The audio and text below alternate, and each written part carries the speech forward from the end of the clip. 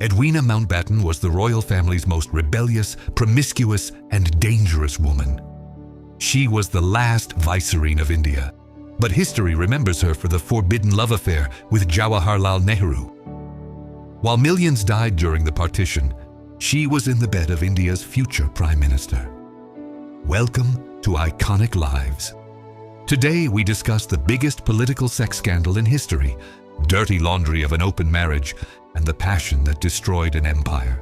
Born with a massive fortune from her grandfather Sir Ernest Cassell, she lacked love. Her mother died when she was very young. Her father imprisoned her in boarding schools. Edwina had everything money could buy, but the void in her soul remained empty. This emotional hunger was the driving force pushing her into men's arms later. She was a rule-breaking, wild child. She swore at that age to burn down the cold and distant walls of British aristocracy with her fire. Her marriage to Lord Louis Mountbatten was marketed as the wedding of the century. But behind closed doors, it was a total fiasco. Her husband, nicknamed Dickie, was sexually inadequate for her and couldn't meet Edwina's endless desires. She was unhappy even on their honeymoon.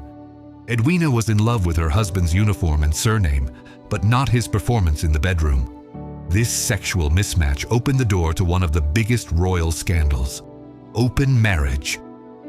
Edwina's betrayal started in the very first years of marriage. Her affair with Hugh "Bunny" Phillips dropped like a bomb on London society. Her husband Dickie was devastated when he learned of this treason, but then they made a strange deal. Both could sleep with others. This was shocking immorality for that era.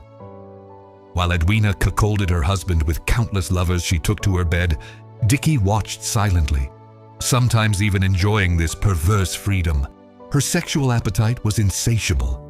Not just British officers, but American generals, even chauffeurs were her targets. Once she was seen in a West Indies bar with a black jazz singer named Leslie Hutch Hutchinson. In racist England of that time, this was the biggest black stain smeared on the royal family's face. The palace did its best to cover up this scandal, but Edwina didn't stop. She was a hunter who fed on scandals and loved dangerous situations. Her children, Patricia and Pamela, were victims of their mother's hedonistic life. While Edwina enjoyed her days at parties and travels, she left her daughters to the mercy of nannies. The children saw their mother only in newspaper headlines. For Edwina, motherhood was a shackle restricting her freedom. Her daughters would admit years later how distant and selfish their mother was. She was a hypocrite, trying to save the world while neglecting her own children. World War II was a turning point in Edwina's life. The party girl left, replaced by the uniformed hero of the St. John Ambulance Brigade. She walked among corpses on bombed London streets. Blood and death showed her the real face of life. But even in this period, she didn't give up her philandering. The chaos of war further fueled her passion for forbidden affairs. The fear of death had become the strongest aphrodisiac for her. It was a dangerous addiction. When appointed to India in 1947, history would be rewritten. Her husband, as the last viceroy, would lead the country to independence, but Edwina's agenda was different. When she met Jawaharlal Nehru, irresistible chemistry formed. Nehru was a widower, intellectual and powerful. Disregarding her husband's authority, Edwina got close to this charismatic leader of India. This closeness was not just emotional, but allegedly quite physical and extremely passionate. Although tried to be kept as a state secret, everyone knew about her relationship with Nehru. Private meetings lasting until late at night, walking hand in hand. Edwina, in her late 40s, had fallen desperately in love with this older man. Although her daughter Pamela said years later there was a spiritual love between her mother and Nehru, letters and witnesses whispered the bedroom door was locked. This was adultery in the heart of a crumbling empire. The weirdest part of this love triangle was husband Dickie's attitude. He not only knew about his wife's relationship with Nehru, but encouraged it. Nehru was also Dickie's friend. These ménage à trois dynamics were a situation even political historians struggled to explain. Dickey accepted being cuckolded at the cost of his wife's happiness. Perhaps this relationship suited him as it facilitated his political maneuvers over India. It was a useful betrayal. However, the price of this love was paid in blood. The intimacy of Edwina and Nehru angered Pakistan's founder Muhammad Ali Jinnah and Muslims. They believed the Mountbatten couple favored Hindus and borders were drawn against Muslims. And they might have been right. Edwina's love for Nehru accelerated India's partition process, and this haste triggered that great chaos causing millions of people to be slaughtered on migration routes.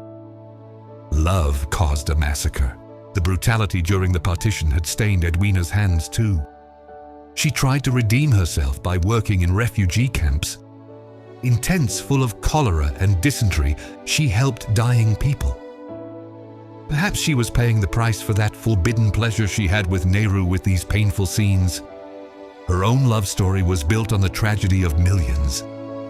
Historians still debate, if Edwina hadn't loved Nehru so much, could the map have been drawn more fairly? When they returned to England, Edwina had left half her soul in India. She continued writing letters to Nehru. These letters contained pure eroticism and longing, not diplomatic correspondence. She visited India every year to meet her lover. Her husband Dickey didn't object to these visits. While drowning in London's grey weather, Edwina's mind was always on Delhi's hot nights and in Nehru's arms. She was no longer a British countess. Her soul was Indian. Scandals never ended. Even in her advancing years, Edwina continued to be interested in young men. But her heart was tired. Years of chain smoking, sleepless nights, and emotional turmoil brought her body to the brink of bankruptcy.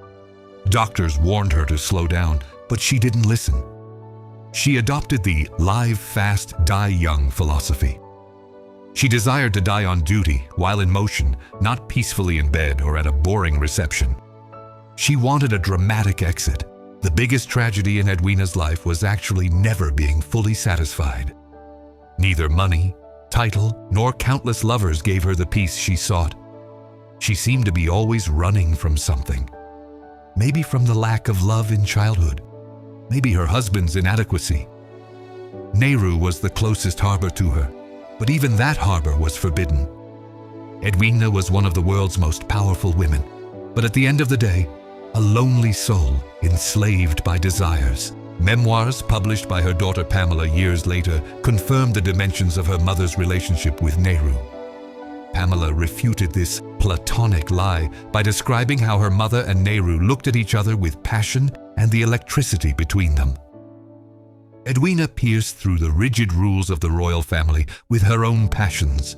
She was married to Queen Victoria's great-grandson, but her heart belonged to the empire's enemy.